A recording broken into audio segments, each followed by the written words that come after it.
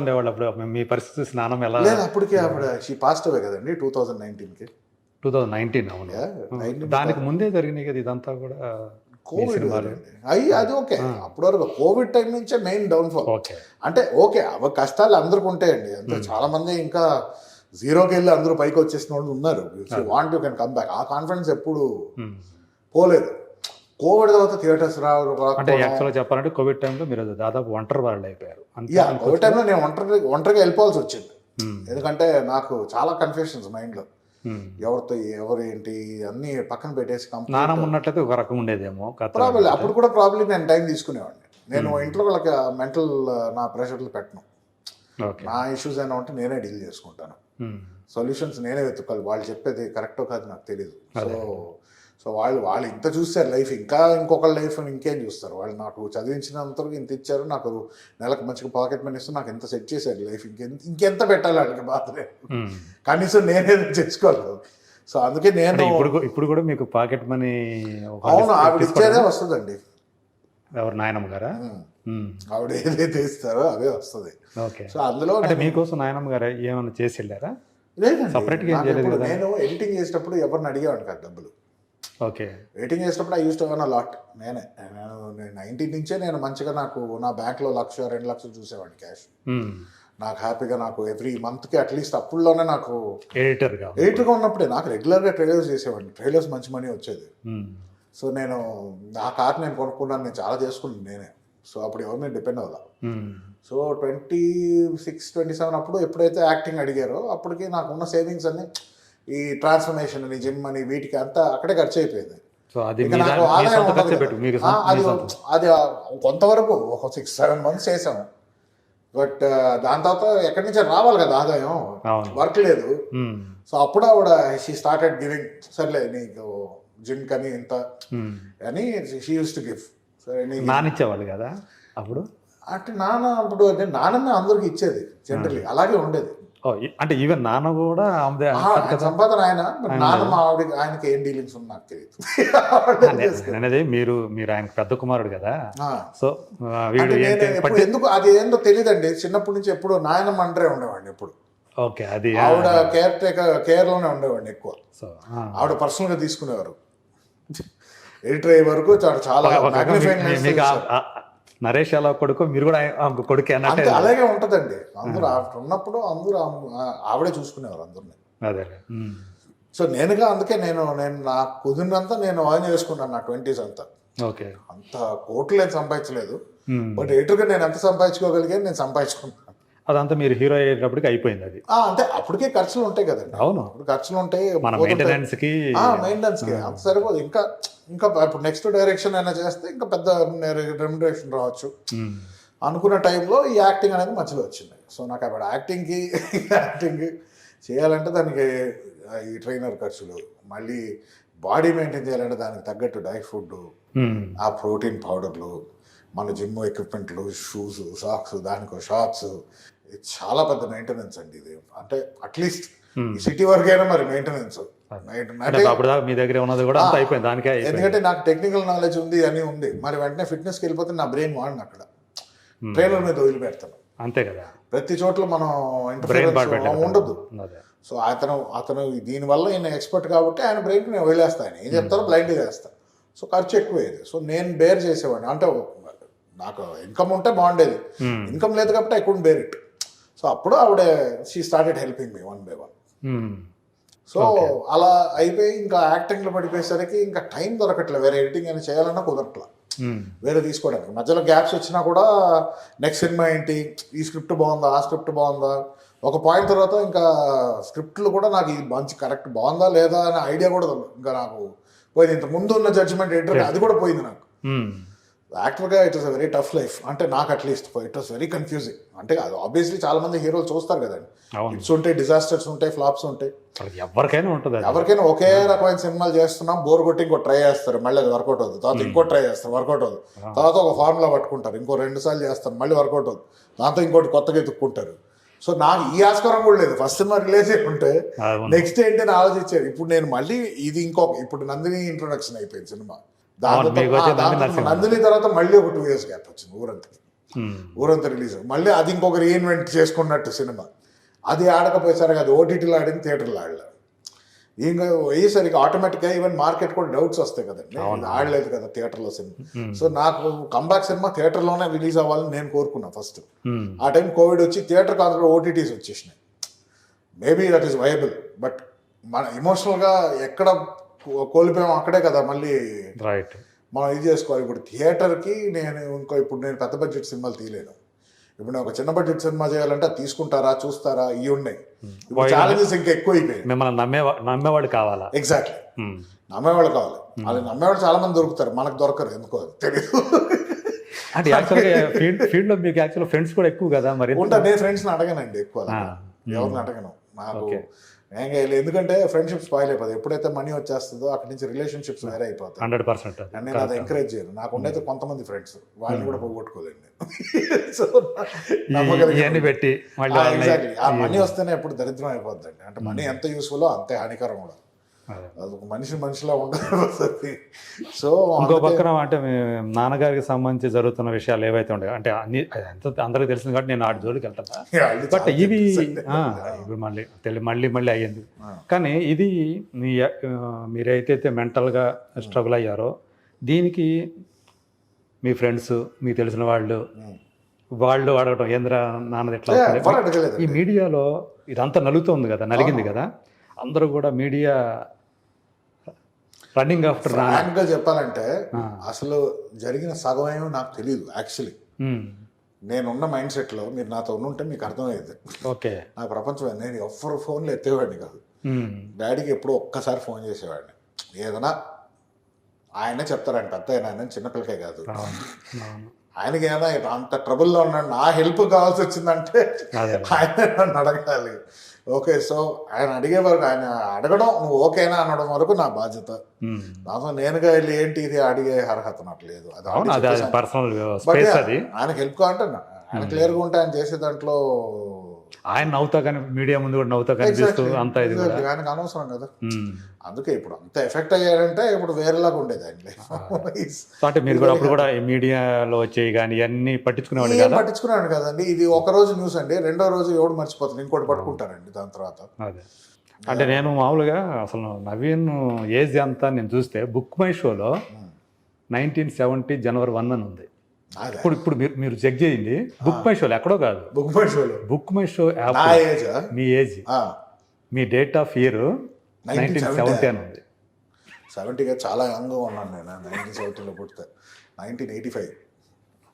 అది ఎవరు చేశారో ఏంటో తెలీదు. సరే వికీపీడియా ఇదంటే ఎవరు మన ఇంటర్ప్రిటేషన్స్ ఉంటాయి, మన ఇష్టం, నేను చేయొచ్చు, మీరు చేయొచ్చు. మరి బుక్ మై షోలో ఎవరు పెట్టారో తెలియదు. ఆ యాప్లో January 1st, 1970 Naveen Vijayakrishna date of birth. ఆయనకు హ్యాపీ అంటే ఆయన హ్యాపీ. 1970 అమ్మాయ మార్చేసాను డేట్ అని ఆయన హ్యాపీ ఫీల్ అయ్యాడు. హ్యాపీ, నాకు హ్యాపీ, ఆయన హ్యాపీ అంటే.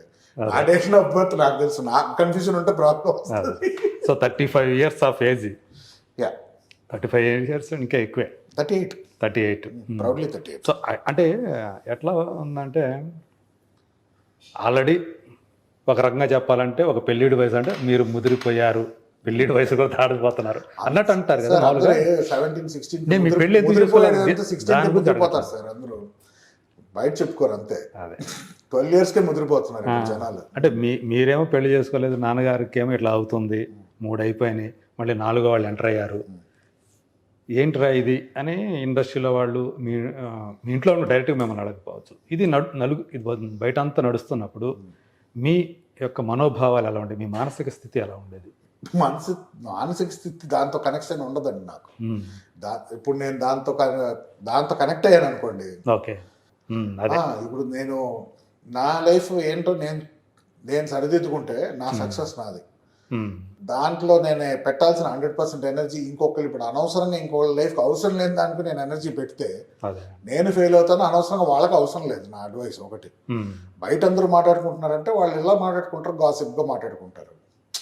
ఇప్పుడు గాసిప్ ఏంటండి, వాడికి 4వ పెళ్ళి అవుతుందంట అంటే వాళ్ళు ఒకళ్ళు మంచిగా ఫీల్ అవుతారు కదా. ఆబ్వియస్లీ దే ఫీల్ బెటర్, వాళ్ళ లైఫ్ ఇదిగా ఉందో మన చాలా బెటర్ రా అని లోపల అనుకోవడం వరకు ఉంటుంది అదండి. Which is a human tendency. So ఇప్పుడు అలా అందరూ ఫీలింగ్స్ నేను అకౌంట్లో తీసుకోలేను. బయట మాట్లాడుకున్న వాళ్ళు మాట్లాడుకుంటూనే ఉంటారండి, దాన్ని ఎవరు ఆపలేరు. ఇప్పుడు ఇంకోళ్ళ గురించి నేను మాట్లాడుకుంటాను, ఎవరన్నా నన్ను ఆపగలుగుతాడా? ఆపలేడు కదా. నేను తక్కువేం కాదు, నేను చాలా గాసిప్ చేస్తాను. మీరు ట్రోల్స్ అంటారు, నేను ట్రోల్లో నేను నాకు ట్రోలింగ్స్ నేను ఇంకా పెద్ద ట్రోల్ అందరూ కానీ అంటే మీరు నాకు ఇష్టం ట్రోల్స్ ఇంకా. సో అందుకే నేను ఇంకోటి కంప్లైంట్ చేయను. అదే ఇప్పుడు 100 మంది ఉన్నారండి, మీమ్ ఛానల్ ఉన్నారు, వీళ్ళు కౌంటర్లు వేస్తుంటారు. మన మీద వేసినా కూడా దాని కోపం ఎంత పడదు. మనం ఇంకోళ్ళ మీద మన మామూలుగా joke on humour note everything is okay. ఒకళ్ళు పర్సనల్ లైఫ్ ఒక సెన్సిటివ్ మ్యాటర్ దగ్గర జోక్ చేయకూడదని నేను నా ప్రిన్సిపల్ అది. సో ఇంకోళ్ళు ఏమన్నా చేసినా నేను వాళ్ళని ఆపే రైట్స్ లేదు, కానీ నేను యాక్సెప్ట్ చేయను, అంతే, దూరం ఉంటా. అదే నాన్నగారి విషయంలో సగం అలాగే జరిగింది కదా. అది ఆయన అంతా కూడా అంటే ఆయన పర్సనల్ స్పేస్ కావచ్చు, కానీ దాంట్లోకి వెళ్ళిపోయి ఆయన గురించి రకరకాలుగా ఎవరైతే ఇంతమంది మాట్లాడారో అదే ఆయన కష్టాల్లో ఉన్నప్పుడు, మానసికంగా ఆయన దెబ్బతిన్నప్పుడు వాళ్ళు వచ్చి హెల్ప్ ఏం చేయలేదు. ఒకటి వాళ్ళగా ఏదైనా హెల్ప్ చేశారా ఫైనాన్షియల్గా, ఎమోషనల్గా? ఎవరెవరు మాట్లాడుతున్నారు, ఎవరు వచ్చి హెల్ప్ చేయలేదు. ఒక మెతుకు ఫుడ్ ఎవడు పెట్టలేదు ఆయనకి, ఆయన కష్టాల్లో ఉన్నప్పుడు. బయటికి ఎలా కనిపిస్తుంది, పెద్ద ఇంటి నుంచి వచ్చారు, ఆయన ఇష్టం వచ్చినట్టు చేసుకుంటున్నాడు కాదు. ఇప్పుడు అదే నేను రియల్గా నేను అతను మొత్తం కూర్చొని ఆయన ఏమేమి స్ట్రగుల్స్ వెళ్ళాడంటే వేరే పర్స్పెక్టివ్లో చూస్తారు. ఓకే, జనాలు ఇప్పుడు వాళ్ళు కామెడీ చేసుకోవడానికి అది కామెడీ అయిపోతుంది. ఒక్కొక్కటి పక్కన లైఫ్ కామెడీ చేయడం చాలా ఈజీ అండి. ఇప్పుడు ఎవరినైనా నాకు ఒక మంచి మామూలు ఒక మంచి వ్యక్తిని తీసుకురండి, ఏం చేయడు లైఫ్లో, కామ్గా ఉంటాడు, ఏం పెద్ద ఇది పెట్టుకోడు. వాడిని నన్ను జోక్ చేయాలంటే నాకు ఒక 1-2 మినిట్స్ పట్టదు. ఎవరినైనా జోకర్గా మనం. అవును అవును. ఇప్పుడు ఒకళ్ళ పర్సనల్ ఫీలింగ్ వల్ల వాళ్ళు మాట్లాడే అది పబ్లిక్గా అది వాళ్ళకి నచ్చేసిందంటే అది ఆయన గురించి మాట్లాడుతుంది, అది వాళ్ళ మైండ్ సెట్ గురించి మాట్లాడుతుంది. పాపం అది ఎప్పుడు ఒకళ్ళు అనేవాళ్ళు వాళ్ళు హర్ట్ అవుతున్నారు కాబట్టి ఇంకోళ్ళ గురించి హర్ట్ఫుల్గా మాట్లాడతారు. కానీ ఇప్పుడు నిజంగానే నరేష్ గారు వచ్చి ఎవరినో పర్సనల్గా ఎఫెక్ట్ చేశారా వాళ్ళ ఫ్యామిలీ? లేదు కదా. సో ఎవరైతే కామెంట్లు వేస్తున్నారో అది థింక్ వాళ్ళ లైఫ్ వాళ్ళు చూసుకోవాలి, కానీ వాళ్ళ రీజన్ వాళ్ళకి తెలియాలి. ఎందుకు ఇంత నా కోపం ఉంది, ఎందుకు నేను పలానా యాక్టర్ మీద తీర్చుకుంటున్నాను, నేను ఎందుకు సరిదిద్దుకోలేను నా లైఫ్ అని ఆలోచించకపోతే ఇలాగే వస్తాయి బయటికి. దట్టు మళ్ళీ నాన్నగారు తన లైఫ్కి దగ్గరగా ఉండే మళ్ళీ పెళ్ళి అనే సినిమా చేయటం, అదే ఇప్పుడు మీమ్స్ చేస్తారు, 100 మాటలు అంటారు, ఎవరిని ఆపుతున్నారు? లేదు కదా. ఆయన సినిమా చేసుకోవాలనుకున్నాడు, చేసుకున్నారు, సింపుల్. ఇట్స్ బిజినెస్ కదా లాస్ట్కి. కమర్షియలే. ఎగ్జాక్ట్లీ.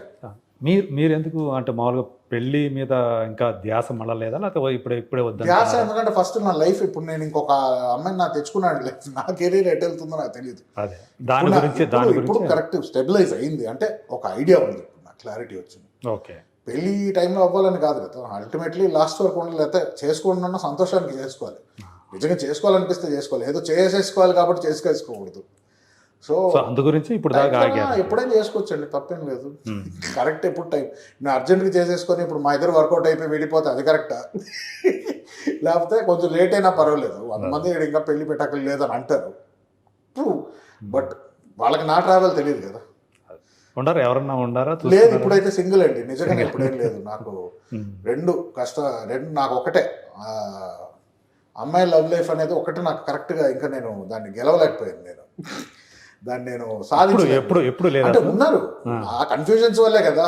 కన్ఫ్యూజన్స్ ఇప్పుడు నాకు వర్క్ ఇవ్వండి, సినిమా వర్క్ ఏదైనా నేను చెప్పగలుగుతా వెంటనే, నాకు ఏ పనైనా ఇవ్వండి చేసేయగలుగుతా. నాకు తెలిసిన విషయాలు కొన్ని, అది మానసికంగా ప్లాన్లు చేయడం, ఇలా ఉండాలి అది అనుకునేది వర్కౌట్ అవ్వలేదు నాకు. సో ఇన్స్టింక్ట్ ప్రకారం టైం కరెక్ట్గా ఉన్నప్పుడు కరెక్ట్ వస్తుంది అన్నట్టే అంతే వదిలేసాను. వస్తే వచ్చారు, లేకపోతే లేదు, అంతే సింపుల్. ఈ సోల్ ఆఫ్ సత్య మీ దోస్తు సాయి తేజ్, స్వాతి కూడా దోస్తే అనుకుంటా కదా. యాక్చువల్ వాళ్ళిద్దరు క్లాస్మేట్స్ అని చెప్పారు వాళ్ళు. వాళ్ళ క్లాస్మేట్స్, నాకు తేజ్ క్లోజ్, స్వాతి నాకు అలా తెలుసు డేంజర్ వల్ల. తేజ్ ద్వారా కలవలేదు నేను, నాకు డేంజర్ తో పరిచయం. అప్పుడే పరిచయమేనా? డేంజర్ నేను ఎడిటర్ కదా. అవును, ఆ ప్రాజెక్ట్ కే పరిచయం. ఇద్దరు ఎడిటర్లు, మీరు ఒక డిజిటల్ ఎడిటర్, లోకేష్ ఎడిటర్. అంతే చేసేది ఒకటే, ఇద్దరం చేసాం. నాకు కార్డు లేదు కాబట్టి డిజిటల్ ఎడిటర్ పెట్టారు. అదే యూనియన్ ప్రాబ్లమ్స్. సో అందుకు యూనియన్ ప్రాబ్లం అలా పెట్టారా మీది? ఓకే. సో అప్పుడు అంటే కార్డు లేకపోతే ఎడిటర్గా వేసుకోకూడదు అని ఒక రూల్ ఉంటుంది, డిజిటల్ ఎడిటర్కి అయితే వేసుకోకూడదు అని రూల్ లేదు. గొడవ లేదు, డిజిటల్ అప్పుడు వేసారు, ఒప్పుకున్నారు అప్పుడు ఎడిటర్స్. సో అది ఇప్పుడు ఆ నెగిటివ్ అనేది లేదు, నెగిటివ్ కట్టర్స్ అనుక పని లేదు, ఇప్పుడు అన్నీ డిజిటల్ అయిపోయింది. మొత్తం డిజిటల్ ముందే అది చెప్పాను, మీరు ఇంతగా పట్టుకుంటున్నారు, ఈ డిజిటల్ అనేది ఉండదండి, ఈ రీల్ అనేది వెళ్ళిపోద్దండి కొన్ని రోజులు. ఆల్రెడీ కోడాక్ మూసేసుకున్నారు. అప్పుడే చెప్పేవారా మీరు? కోడాక్ మూసేస్తున్నారని మాకు అప్పుడో న్యూస్ వచ్చేసింది, Okay. డిజిటల్ అయిపోతుందని వచ్చింది. Hmm. ఎందుకంటే ఇప్పుడు ఏదైనా కూడా మ్యానుఫ్యాక్చరింగ్ ఒక పాయింట్ తో ఆగిపోద్ది కదండి. డిజిటల్ ఇస్ మోర్ సస్టైనబుల్ తర్వాత అవును ఫ్యూచర్. అవునవును. అప్పుడే యూనియన్ అప్పుడు ఉండదండి, అప్పుడు డిజిటల్ ఎడిటర్స్ యూనియన్ మేము పవర్ఫుల్ అవుతాం. అప్పుడు నేను డిజిటల్ యూనియన్ ఈ రోజే పెడతా ఎడిటర్స్ది. అప్పుడు మీరు వస్తారు కదా డిజిటల్, అప్పుడు ఎడిటర్స్ చేయడానికి లేదని పెడతా. మొత్తం సినిమా డిజిటల్ చేస్తాం, మీరు చేయడానికి ఉండదండి, అప్పుడు ఏ న్యాయం, అప్పుడు మీకు ఎలా అనిపిస్తుంది అని అడిగేవాడు. సేమ్ నిజానికి అదే అయింది చివరికి వచ్చేటప్పటికి. అవుతుందని తెలుసు, లాజిక్ గా చెప్పాను. అదే అందుకే ఇప్పటి నుంచే కలుపుకోండి కొత్త వాళ్ళని. ఎడిటర్స్ అంటే డిజిటల్ ఇదా, దీంట్లో కూడా కాస్ట్ ఫీలింగ్, ఇది ఎందుకు దీంట్లో, దీనికి నువ్వు డిజిటల్ నువ్వు యానలాగ్ అనుకుంటూ దీంట్లో ఎందుకు ఫిల్మ్ నెగటివ్. ఎడిటర్స్ అంటే మీరు సపోర్ట్ చేయాలి యంగ్స్టర్స్ని. యూనియన్ ఎందుకు, ఎడిటర్గా ఒకళ్ళు వస్తే వాళ్ళని మీరు కాపాడుకోవాలి. అయినా కానీ వాళ్ళు ఇది కాదు. అది అంతే అండి, ఏదో ఒక ఎవల్యూషన్ అంతే, జనరేషన్ టు జనరేషన్. అది కొంతమంది ప్రోగ్రెసివ్గా ఉండేవారు, చాలా వరకు మంది కొత్త ఎడిటర్స్ రాకూడదు అనేవారు. వాళ్ళకి ఎక్కడ మళ్ళీ డబ్బులు కొత్త ఎడిటర్స్ రాకూడదు అనేవాళ్ళు. అప్పుడు ఉండేదండి నిజంగా. ఇప్పుడు కూడా వాళ్ళని గుండె మీద వేసుకొని చెప్పండి ఎడిటర్స్లో అందరినీ, నేను ఇప్పుడు చెప్తా. వాళ్ళు వస్తే మనకు ఆదాయం పోద్ది. Okay, simple. సో మనమే నడుస్తూ ఉండాలి. అంతే, మనం నడవాలి. మరి కొత్త రక్తం ఎట్లా ఇప్పుడు వస్తుంది? లేదండి, ఇప్పుడు అందరూ కొత్త వాళ్ళు వచ్చేస్తున్నారు. ఇప్పుడు ఇప్పుడు ఆపడానికి కూడా లేదు కదా. ఛాన్సే లేదు. అదే అప్పుడు కూడా ఆపడానికి లేదు. అదే. అప్పుడు కూడా సో నేను మీరు అంటే ఒక నవీన్ విజయకృష్ణ ఎడిటర్గా తప్పుకున్న తర్వాత నవీన్ నూలు వచ్చాడు.